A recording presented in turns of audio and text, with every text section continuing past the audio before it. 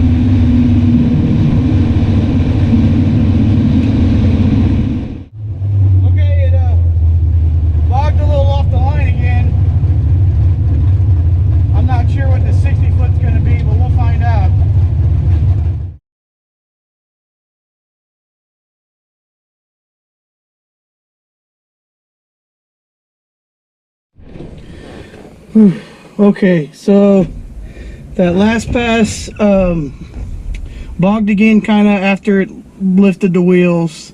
A lot of my friends are telling me there's a lot of smoke coming out when I launch, so looks like either I have enough fuel or maybe I'm going through the clutch. We're gonna find out. I adjusted the tire pressure. They were at 12. Now I went ahead and put it up to 18. I'm gonna try to leave a little bit softer because maybe I'm just hitting it too hard and it's pulling the front too hard, and I don't know. We'll figure it out. Right? Yeah. Yeah.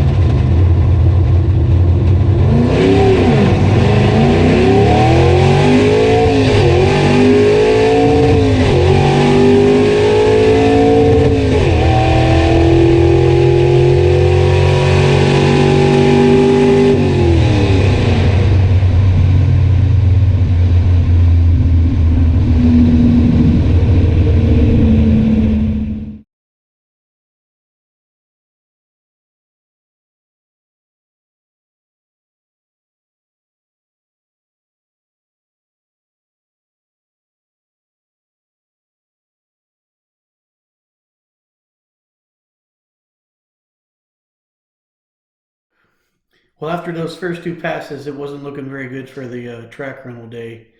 A couple things were going on. First, the car was breaking up, and I think it was breaking up because I was running open headers. I was thinking because the car had some more compression, it might uncapping the exhaust and running in open headers, but I think I was wrong. And I think I was wrong because the carburetor was set up and ready for the exhaust. And I think without that extra, not necessarily back pressure, but just that extra tubing there, it just messed up with the fuel mixture or something, but wasn't happy. So that's one of the first things I did is I went ahead and threw the exhaust back on.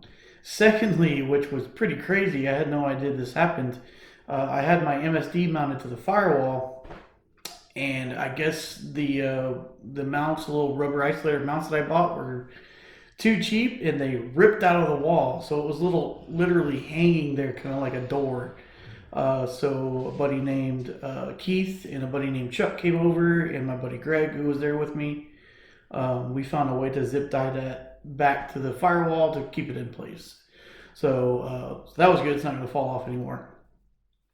From there, my buddy Keith recommended that we go ahead and do a couple things. One with the carburetor, and then remove the air cleaner.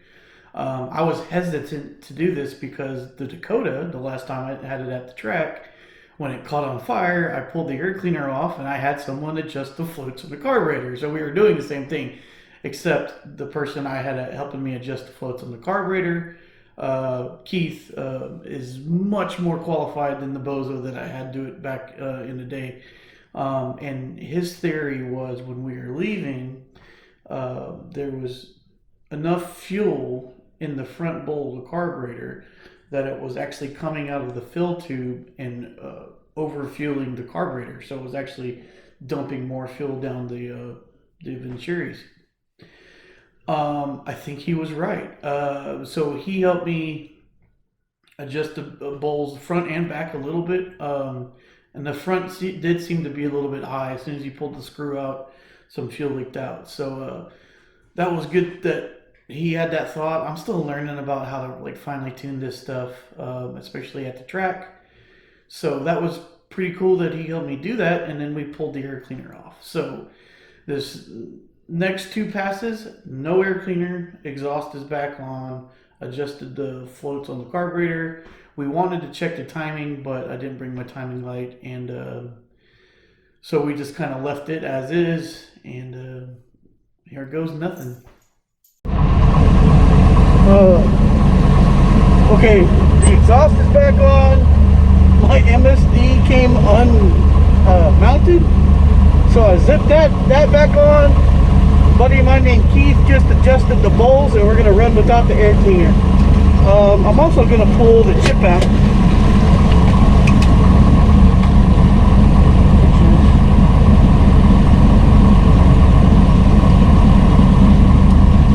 All right, pull the chip out.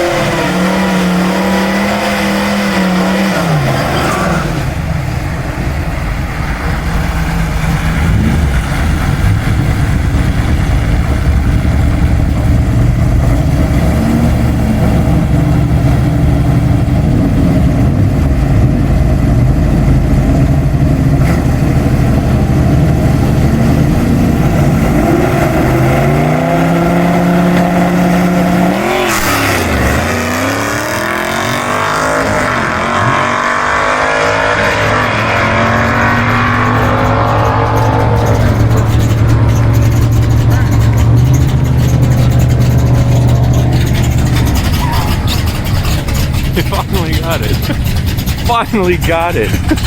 1290.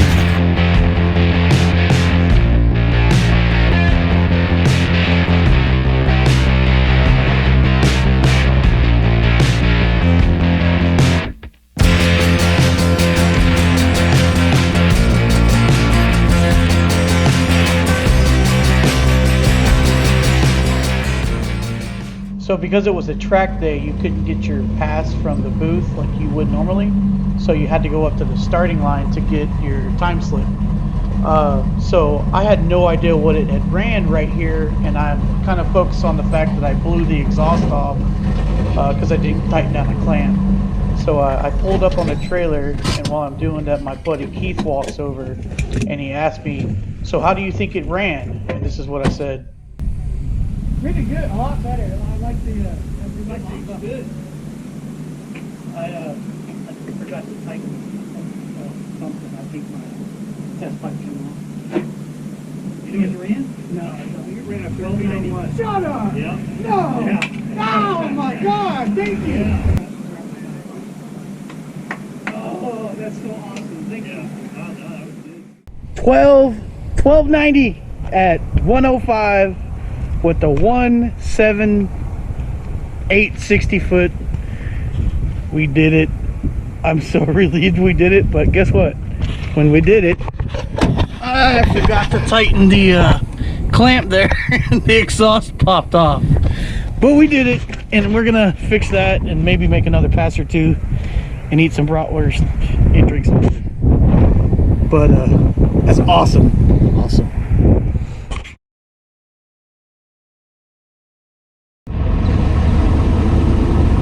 Alright, here's the last pass. See what we can get done.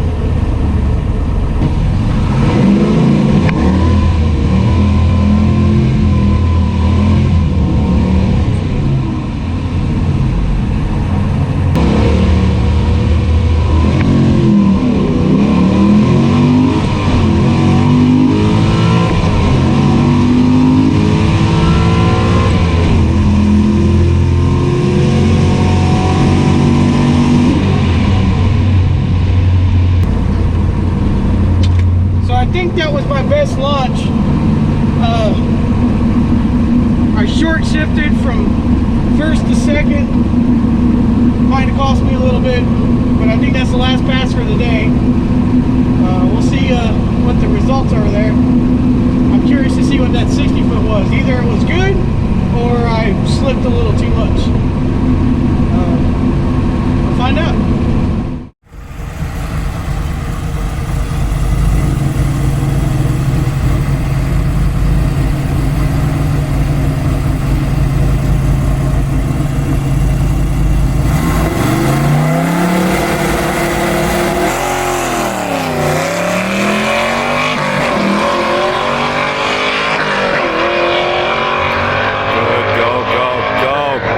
Gadget, go. Beautiful. 104.57, 12.966.